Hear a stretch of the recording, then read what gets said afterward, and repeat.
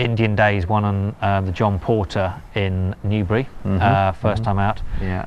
Dandino went to Ripon and won a conditions race, breaking the track record, and then 2 weeks later won the Jockey Club Stakes Group 2 at Newmarket. Yeah, I was going to go on to those later. I mean, we've got more recent horses. The obviously Trick or Treat won 5 very top class races in a row. Was it in 2006? Won some good handicaps. Won some good. Yeah, she won some good handicaps. Her final handicap win was over 1 6 at York, and the horse she beat in a photo was Ask, Stout's horse, who went on to be, I think he was a Group 1 horse in the end.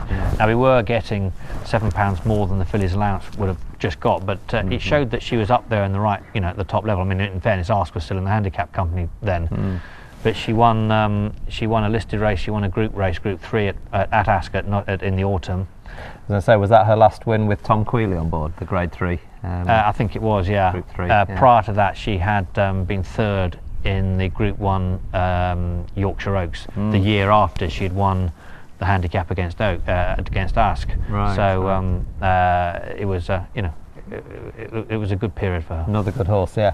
And Lady Gloria, that was 2007, 2008. She was at her peak, was she, for you?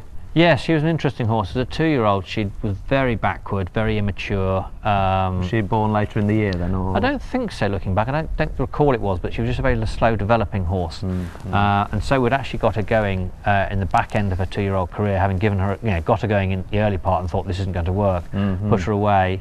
What trips was she going over in her early part of her career? Was she I think it was about a mile, it was a mile sort of horse. And the first race was at Southwell in January, and no offence to Southwell and so on, but it wasn't the most competitive race, a maiden at Southwell in January, and she was third.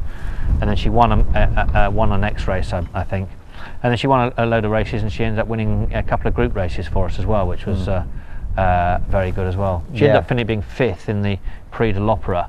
The year that we took her over to Longchamp, the week that Saturday night it absolutely poured with rain in bits of Paris. Sadly, not at Longchamp. Not where you needed Not the where rain. we needed it. No. There was a trainer nearby, Chantilly, I believe, who nearly didn't bother to bring his horses. It was so wet at Chantilly, but it was so bone dry at Longchamp. But she ran a great race. She was 5th that day. And she won a listed race in France, didn't she? 2007. She won a listed race over there for you. She did, yeah. Yeah. And then she went on to Grade 3 at Epsom.